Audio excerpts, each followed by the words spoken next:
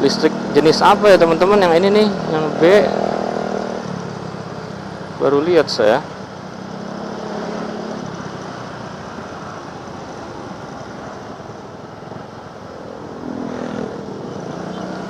B5713 KWD. Ini generator motor listrik ya teman-teman ya nih. No. Alfa Chevro. Kan? Jenis bagus ya, kayak motor balap ya teman-teman ya.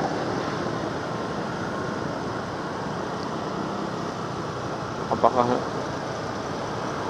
ini nggak tahu maksimum speednya gimana tuh Alfa Chevro ini. Saya juga sebenarnya tertarik sih dengan listrik, cuman saya masih belum percaya aftermarketnya ya, artinya maintenance, kalau ada kerusakan gitu kan, spare part, speed, durability, wah. Karena saya ini bukanlah dari kaum menengah ke atas ya teman-teman. Saya ini pemirsa jalanan, saya ini termasuk bagian dari pemirsa jalanan gitu kan. Nanti takutnya kalau ada apa-apa ribet malah jadi boncos gitu kan. Kan kita niat pakai motor itu biar irit, bukan biar go green ya teman-teman ya. Kalau go green tuh bullshit ya. Kalau go green itu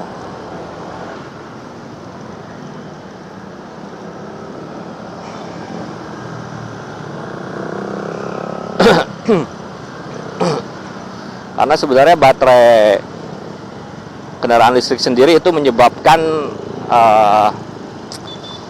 kotoran sisa, polusi sisa baterai lithium itu tidak bisa didaur ulang, yang malah lebih parah daripada emisi menurut beberapa riset gitu kan. Jadi kendaraan listrik itu hanya memindahkan kotoran dari yang di Jakarta ke tempat lain, misalkan dibuang ke negara mana yang antah berantah bisa menampung baterai gitu kan. Kayak gitu teman-teman.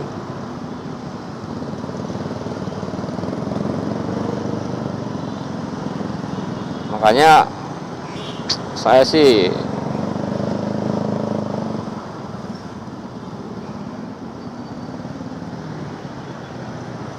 kurang ya.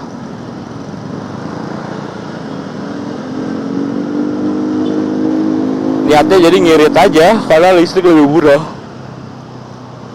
bukan gara-gara mendukung ekonomi hijau. Itu sebenarnya menurut beberapa ahli itu hanyalah campaign palsu ya, fake campaign, yang sebenarnya hanya untuk meningkatkan penjualan mobil listrik itu sendiri, motor listrik itu sendiri gitu kan.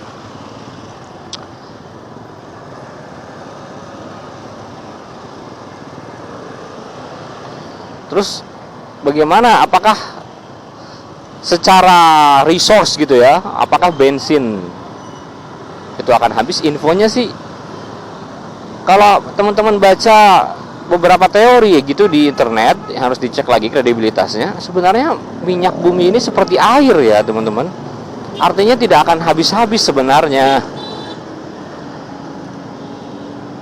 Cuman memang di penggunaannya banyak yang membatasi gitu.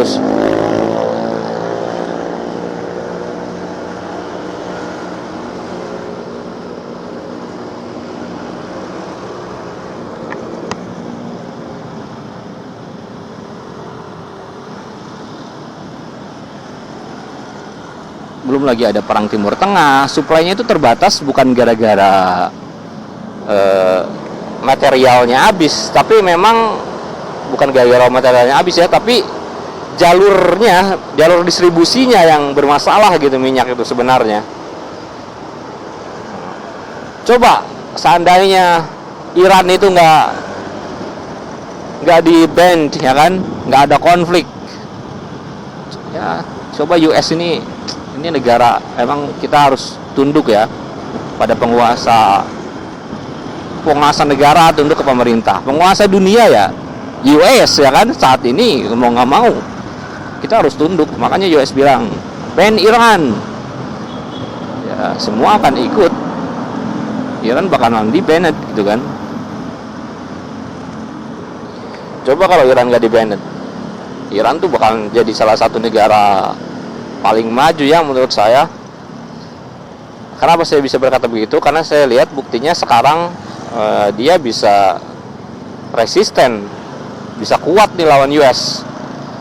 Negara yang di-banned berpuluh-puluh tahun masih kuat gitu kan. Apalagi kalau dia nggak di-banned.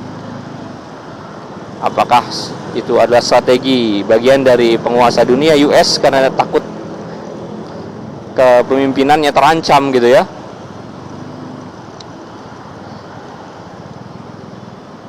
Karena di Iran sendiri, menurut para mahasiswa yang kuliah di sana, harga 1 liter minyak itu kalau dalam rupiah jadi 500 perak ya, bayangin, hampir gratis ya. 500 perak per liter. Artinya apa? Melimpah sebenarnya minyak itu. Supply demand dimainkan gitu kan. Nah, ini sih makanya jadi mobil listrik itu bukan gara-gara minyak akan habis, minyak dunia akan habis. No, tapi bisa jadi jalur distribusi minyak akan terganggu sehingga masih ada kendaraan alternatif gitu kan.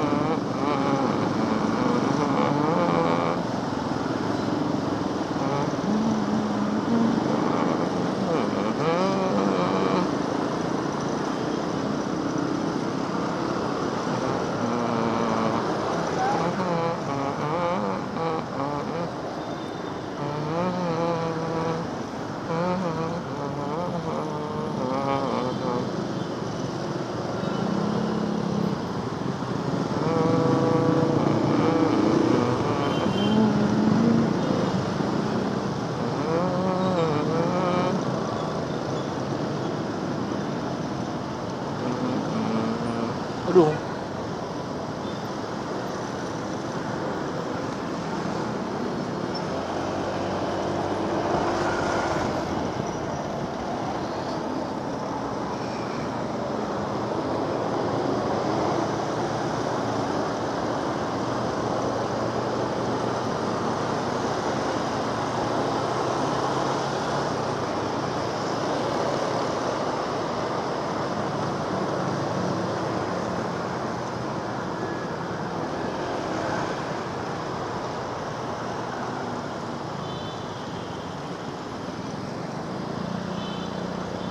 Ini bus apa ya? Transjakarta Smart Mobility.